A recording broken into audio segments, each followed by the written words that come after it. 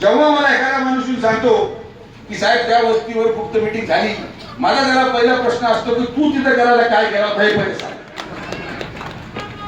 एवढी गुप्त मीटिंग आणि तुला कशी कळाली? हे सगळे सेटलमेंट मध्ये.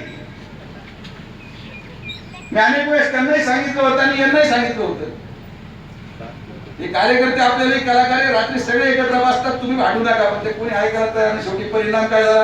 दोघांची विकेट पडली. काय करायला?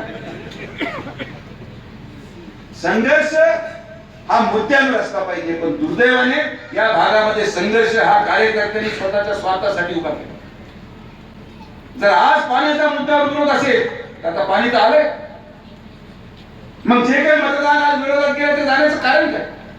याचा शोध आपण घेतला पाहिजे. नेतृत्वाच्या आदेशावर काम केलं जोपर्यंत आपण बंद करत नाही. नेतृत्व सक्षम असेल, नेतृत्वाने खरंच गावाचा विकास केला असेल तर आदेश पाळा. पण नेतृत्वाने जर काही कामच केलं नसेल तर किती दिवस हे धुळे व्हायचे? तुम्ही केलेला एक योग्य निर्णय, आज तुम्ही एक योग्य बटन विधानसभेला दाबलं, तुम्ही ते बटन दाबलं म्हणून धरणाचे बटन आपल्या हातात आले.